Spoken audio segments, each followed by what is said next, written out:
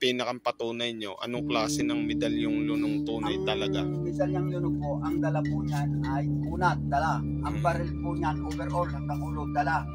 Ang bali pong buto, dala. Kaya po niyan doon sa dati. Yan po ang naranasan ko sa medalyang lunong.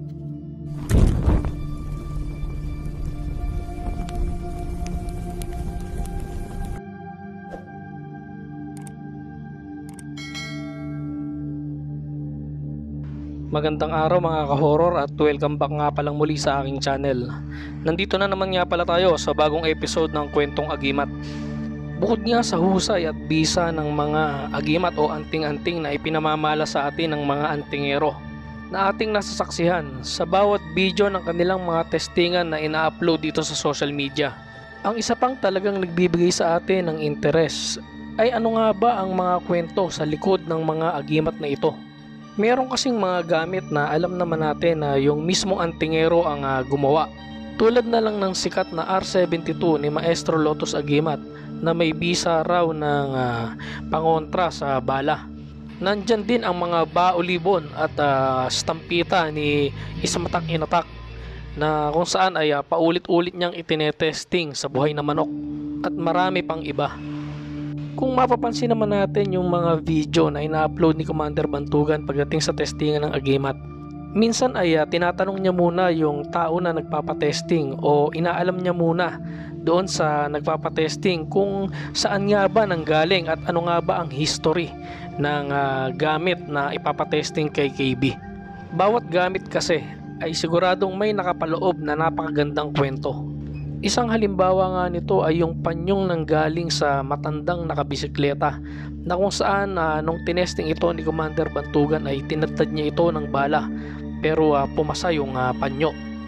Kung nais nyo namang mapanood yung video ng anting-anting ng matandang nakabisikleta at yung testingan nito ay naka-upload ito sa YouTube channel ni Commander Bantugan.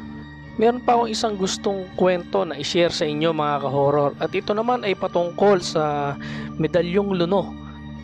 May mga kwento rin si tatay na mga patotoo o testimonya ng bisa at mga nagawa ng medalyong luno na ito. So ano pa hinihintay natin? Tara mga ka-horror at sabay-sabay natin pakinggan ang kwento ng matandang antingero patungkol sa medalyong luno.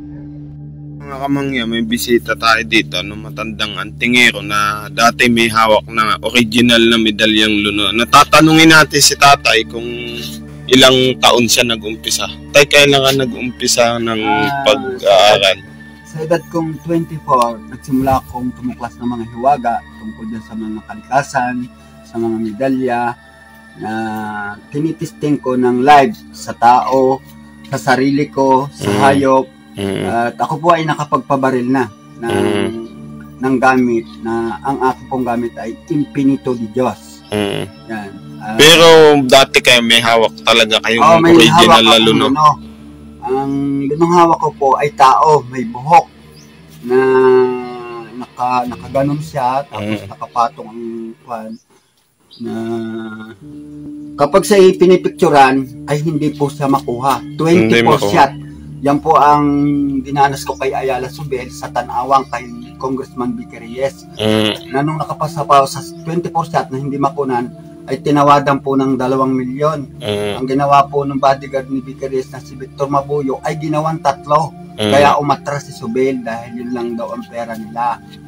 Ay yung patunay nyo sa tunay na medalyong luno, anong pinakampatunay nyo? Anong klase ng medalyong lunong tunay talaga? Ang medalyang luno po, ang dala po niyan ay kunat, dala. Ang baril po niyan, overall hanggang ulo, dala.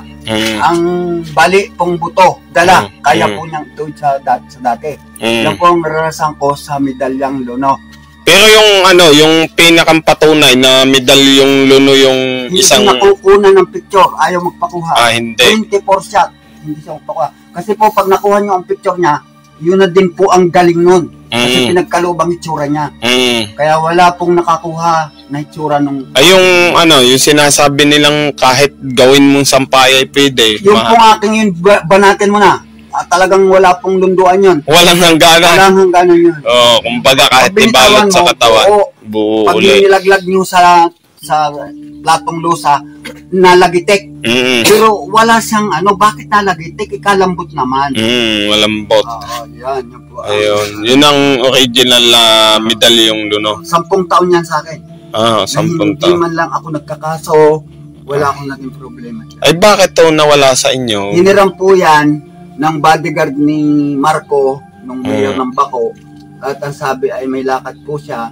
Ay ang nangyari po ay yan po ay ipinagpaupang pumatay ng tao. Ayun. Na siya po ay doon nagtago kay Bantugon, Sa Batangas. at siya hiningi at siya ay ibinigay at nakulong ng Kalapan. Ayun. At yan ay isinangla niya ng 250,000 sa pulang lupa na kasama ang librito.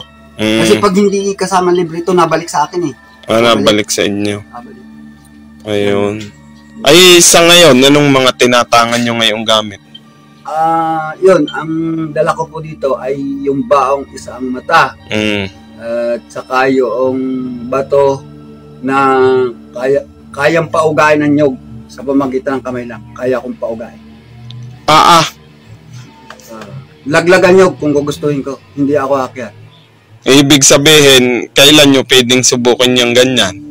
May araw din. May araw din po yan. Yan po ay timingan. At wala naman dito tayong nyog na pwedeng palaglagin. Mababa ang nyog, Ibig sabihin, ilang taon na kayo ngayon? Ako po ay 61 na. Nasa akin po ang mutya ng alitaptap. Nasa akin po ang mutya ng sampalok. Nasa akin po ang mata ng nyog na bato. Yung mata po ng nyog ay naging bato. Nasa akin po yan. Ang bala po bago dumating, pwede hong maging putik. Pwede hong lumaglag sa harap ko.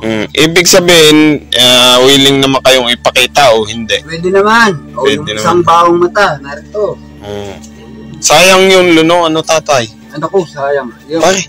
Kapag ikaw ay naghanap ng duno, para ka naghahanap ng yung tungaw sa itlog ng bayan. So, pinakamahirap hanapin yan. Kumbaga, parang naghahanap ng nawawalang tao. Yan, isang mata yan. Isang mata nga ho yan. Ayan no. Ito, ang kasama ho nito ay yung tibo ng pagi, yung nalipad sa dagat. Ang sino mang mamamakas na naglakaw at dito mo tinaktakan mo, kabukasan ng tao, pilay.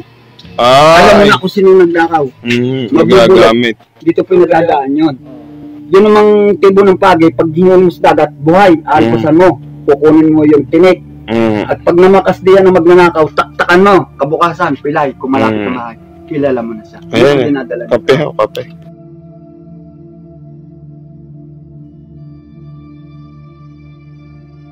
Ano sa palagay niyo mga ka-horror? Ang medalyong luno kaya na ikinukwento ni tatay ay yung medalyo na binaril nila Commander Bantugan na kung saan ay nag-backfire ang baril. Kung yun nga yung medalyong luno na yun, ay isa lang ang masasabi ko kay tatay. Napakatinding antingero nito. Hanggang dito na lang mga ka-horror. At samahan nyo kaming muli sa mga susunod pa naming mga kwento patungkol sa agimat. Maraming salamat po.